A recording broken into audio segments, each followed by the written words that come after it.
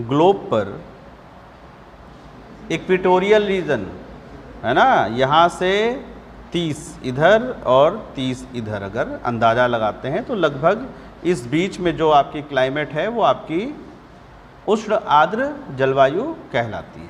ठीक है, तो यहाँ पर जो देश हैं वो ज़्यादातर पिछड़े हुए देश हैं या विकासशील देश हैं, मैंने बताया है। उसकी वजह है वहाँ की क्लाइमेट, यानी जो बॉक्साइट का रिसोर्स है वो तो आपका ट्रॉपिकल वेट डेवलपिंग कंट्रीज़ में है, विकासशील देशों में, यानी कि बॉक्साइट का भंडार सबसे ज़्यादा कहाँ पर है आपका, विकासशील देशों में, जो आपका विषुवत रेखा या फिर उष्णकटिबंधीय क्षेत्र में आते हैं।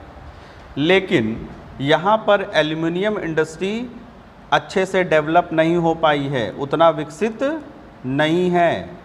कारण है कि लगभग 40% कॉस्ट जो इलेक्ट्रिसिटी की आ जाती वो यहाँ अवेलेबल नहीं है। यहाँ घरों के लिए नहीं मिल पाती बिजली, गांव के लिए नहीं मिल पा रही, अगर उद्योगों को ही सारा दे दिया तो इसीलिए हमारे यहाँ पर मान लीजिए 100 टन रिज़र्व है बॉक्साइट का इन देशों में, तो 100 टन से कितना एल्युमिनियम निकाल सकते हैं लोग?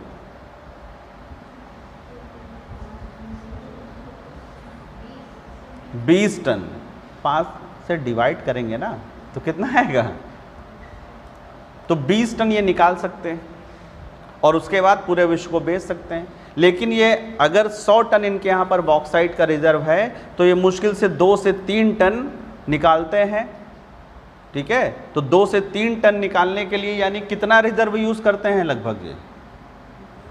यही तो रीजनिंग है, लगभग 15 टन। तो रिमेनिंग 85 टन ये लोग दूसरे देशों को, विकसित देशों को क्या कर देते हैं? निर्यात कर देते हैं, एक्सपोर्ट कर देते हैं। और विकसित देश जहां पर कि बॉक्साइट नहीं है, ठीक है, लेकिन वहां पर एल्यूमिनियम इंडस्ट्री बहुत डेवलप है। वजह है कि वहां पर इलेक्ट्रिसिटी सरप्लस में। तो इसीलिए जहां जिन देशों में बॉक्साइट पाया जा रहा है वहां पर एल्युमिनियम उद्योग पिछड़ा हुआ है। वजह है बिजली, क्योंकि भाई बता रहे हैं 40% कॉस्ट तो बिजली की आनी है, तो कहाँ से कर पाएंगे? तो ये लोग क्या करते हैं भाई, बेच देते हैं। और विकसित देशों में ये डेवलप है, जबकि वहाँ पर वो मिलता नहीं है, तो वो यहाँ से खरीदते हैं और वहाँ पर तो भाई कुछ भी वो बेच ही दो, कम से कम कुछ तो मिलेगा।